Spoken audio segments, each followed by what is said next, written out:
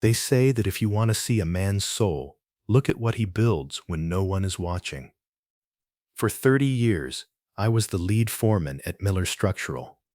I wasn't the guy in the suit with the Ivy League degree. I was the guy in the steel-toed boots who made sure the skyscrapers didn't lean and the bridges didn't buckle. My boss, Robert Miller, was a man who loved the spotlight.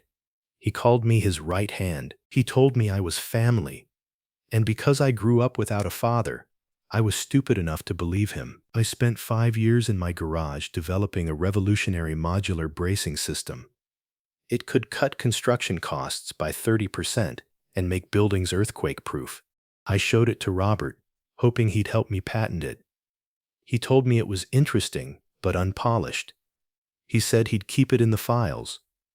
2 months later, I walked into the office and saw my bracing system on the cover of Architectural Digest. Robert's name was on the patent. He had sold the rights to a global conglomerate for $24 million. When I confronted him, he didn't even blink. He just leaned back in his leather chair and said, "Check your contract, Elias. Anything you dream up while on my payroll belongs to me. Now, get back to the site. We have a deadline. I want to ask you something right now. If someone stole 20 years of your sweat and blood and told you it was just business, would you quit or would you stay and wait for the perfect moment to pull the pin? Let me know in the comments. I need to know if you would have had the stomach for what I did next. I didn't quit. I apologized. I told him I was just emotional and that I was happy to see the company succeed. I became the most loyal employee Robert Miller ever had. But here's what Robert forgot. I was the one who actually read the blueprints. He just signed them. Robert landed the biggest contract in the city's history, a 60-story luxury tower in the seismic zone. He used my bracing system as the selling point. But he was greedy. To maximize his profit, he started ordering subgrade steel, assuming my design was strong enough to make up for the poor materials. I didn't stop him.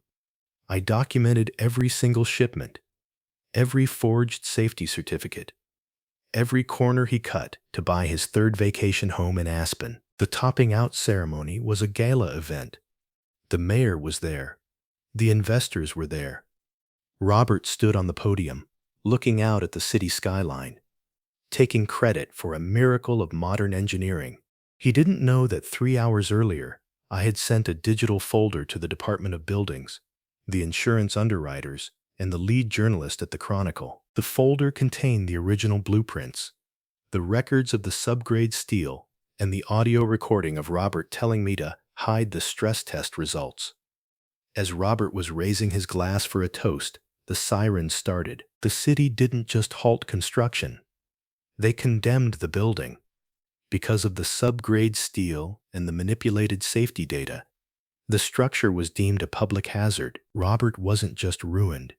He was liable. The investors sued him for every penny he had. The feds moved in for racketeering and safety violations. I sat across from him in the deposition room 6 months later. He looked like a ghost. He had lost the suits, the watches, and the Aspen house. "Why, Elias?" he whispered. "You destroyed the company. You destroyed yourself. You're out of a job too." I leaned in and placed a small, weathered notebook on the table. It was my original sketches from my garage. "I didn't destroy the company, Robert," I said. "I just revealed that you built it on sand. And as for me, I'm not out of a job." I pulled out a business card. It was for my own firm.